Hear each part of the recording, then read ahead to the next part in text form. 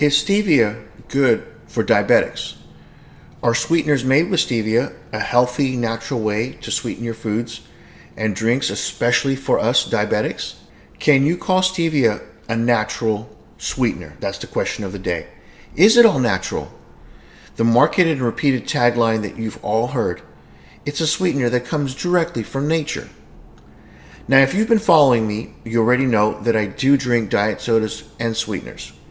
They are part of my well-balanced, low-carb diet centered around cruciferous vegetables, green leafy vegetables, and lean proteins. That helps keep this insulin-dependent diabetic, my A1C, to about 5.1 on my last check. And they are also part of keeping my desires and cravings really low for the real harmful sugar-based foods. And that helps keep me fit, strong, and really physically active throughout the day. Stevia, however, is not one of the sweeteners I do use on a daily basis, and I will explain why. But before we begin, let me welcome all the new resilient diabetics out there. This is where we turn ordinary, struggling diabetics into extraordinarily well-controlled diabetics. If you don't know who I am, and you're new to my channel, my name is Jay Sampat, and I am an insulin-dependent diabetic diagnosed a little over 5 years ago. So the proud owner of a pancreas that has gone on a permanent and lifelong vacation. So not only am I diabetic like you, where we will be walking the walk and talking the talk together, but I also do have a University of Bachelor of Science degree in nutrition dietetics, and that comes in very, very handy in discussing all the intricacies of being a diabetic. If you like what you see here today and you want to learn more, then I will highly suggest that you do hit that subscribe button, the like button, and the gray bell that's on your top of your screen so that you don't miss a second of the upcoming episodes that will change your life. So the question is, what is stevia? Whole leaf stevia in its natural form that comes directly from nature is an herb, and it does have 0 calories. It is sometimes referred to as the sweetest plant on earth. In fact, its sweetness is about 12 to 15 times more potent than table sugar. Stevia owes its sweet, licorice-like flavor compounds to a chemical called glycosides. Stevia actually contains 8 of these different glycosides. When stevia leaves are dried and then ground into a powder, the consistency slightly resembles that of powdered sugar, actually. But here is one of the first major problems. It does not mix well in cold or hot fluids. So in other words, stevia, the herb, in its pure form, is not friendly towards those in the kitchen. So the first question we must ask, is the pure stevia herb that is natural approved by the FDA to be used as a sweetener in our food supply? Here's a direct quote. The FDA has not permitted the use of whole leaf stevia or crude stevia extracts because these substances have not been approved for use as food additives. The FDA, however, has approved one of the compounds. It's called ribosides. We'll call it Reb A. Now, Reb A is about 200 to 300 times sweeter than sugar. Reb A, though, is a highly purified form of stevia that was approved by the FDA for use in 2008. Now, in order to get Reb A user-friendly, it has to undergo a 40-step chemical process that does include known carcinogens such as acetone, ethanol, methanol. And this final kitchen-friendly product you do consume is approved by the FDA with what's known as a GRAS status. What does that mean? They consider the highly processed end product generally recognized as safe. In the raw, pure form, stevia's marketing is deception at its finest.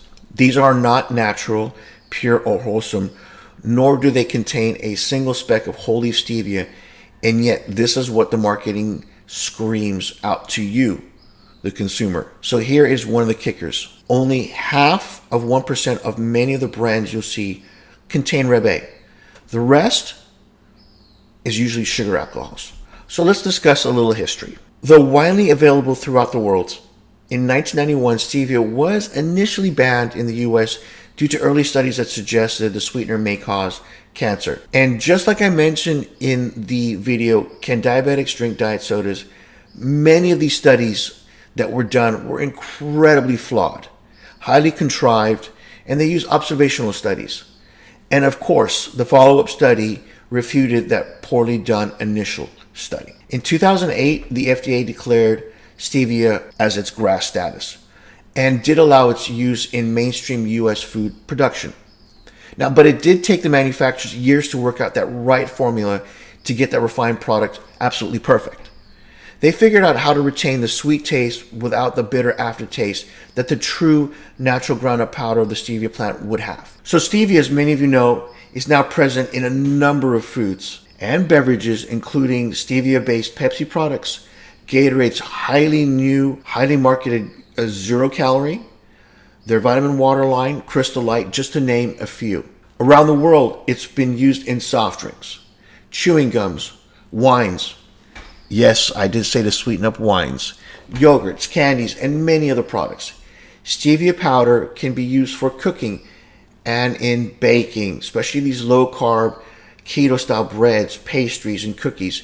This is what's really driving the craze. So the next question is it safe? Stevia is more than likely as safe as all the other artificial sweeteners on the market. There are a few long-term studies that have been done to document its health effects on humans. But the point of this video was to point out that one, it's not all natural as marketed. Yes, other commonly used sweeteners are not natural either. That includes aspartame, NutraSweet Equal, saccharin, which were developed artificially in labs. Splenda is derived from sugar, but it's processed with chlorinated chemicals. So why would a diabetic use a non-calorie sweetener, or what's known as a non-nutritive sweetener? For one, they do not raise blood sugars. Two, they do not raise the insulin requirements. The biggest danger to our health, both short-term and long-term, to us diabetics, in my opinion, will not be the sweeteners, but it's actually the natural, wholesome, simple sugars that we put into our mouths every single day. Our first goal as diabetics is to keep blood sugars low and controlled. Two, which in my opinion, again, is the most important factor, is regulating the amount of insulin we need to control those sugars. We need just enough insulin to maintain optimal health. And as I've explained in prior episodes, insulin is the hormone that opens cell doors to all the essential nutrients the body really needs. But excessive amounts of insulin is what is truly killing us. So let me give you a pretty crude example. Say we've got two identical twins, both with diabetes. One is on a low-carb diet plan centered around nutrient-dense, cruciferous vegetables and lean proteins. All he or she needs is, say, 15 IU of insulin per day to maintain an A1C of 5.0, which comes out to about an average of 100 milligrams a deciliter a day, which is actually great for a diabetic. The other has a very traditional food-based food guide pyramid diet, consuming whole grains, fruits, starches throughout the day. But the twin uses 60 IU to maintain an A1C of 5.0. I can promise you, the twin using less insulin throughout the day, even though they have the same A1C, will more than likely be the healthier of the two. This is what most are missing. It's the insulin that's working as a double-edged sword. Most are focused on the wrong factors contributing to our health. They're blaming the artificial chemicals that will eventually kill us. Our lives are surrounded by chemicals, and we consume them and are absorbed in our bodies in more ways than you'd ever know. Simply put, and I will speak for myself here, these non-nutritive sweeteners adds to the quality of life through the enjoyment of food and drink. I get to feel normal. There are enough food restrictions placed on us diabetics that we face from day to day. If you are one that can drink water all day, have no urge or desires to consume anything sweet, then good for you. But unfortunately, I'm not one of them. My education major with the intensive science background has given me that rare opportunity, besides being diabetic, to access these studies and draw conclusions that are not part of the norm, looking to sell headline news. I can look past the noise, get into the nitty-gritty, and eliminate all the deceptions. And for me, the reason I will stick to both aspartame, which is NutraSweet, and saccharin, which is the pink sweet and low, as my daily go-to substitutes is simply time that they've been on the market and the vast number of studies. Those two have been tested far more than you could ever imagine. And they have been around, one of them, for more than 100 years, like I mentioned in the episode, Can Diabetics Drink Diet Sodas? If there were any truth to the dangers with the millions of people consuming them around the world and on a daily basis, then like I had said in that video, there would be an apocalypse. Direct links causing massive deaths like cigarettes are to lung cancer. Both stevia and sucralose Splenda are kind of the new babies on the block. Now, I don't have a problem consuming them from time to time, but on a regular basis for like my cup of coffee, no, not quite yet. I'll stick to what has shown me to be relatively safe and for me, tastes the best. In the comment section below, please free to tell me which sweetener do you use? Do you have a favorite diet drink or snack that you would love to share?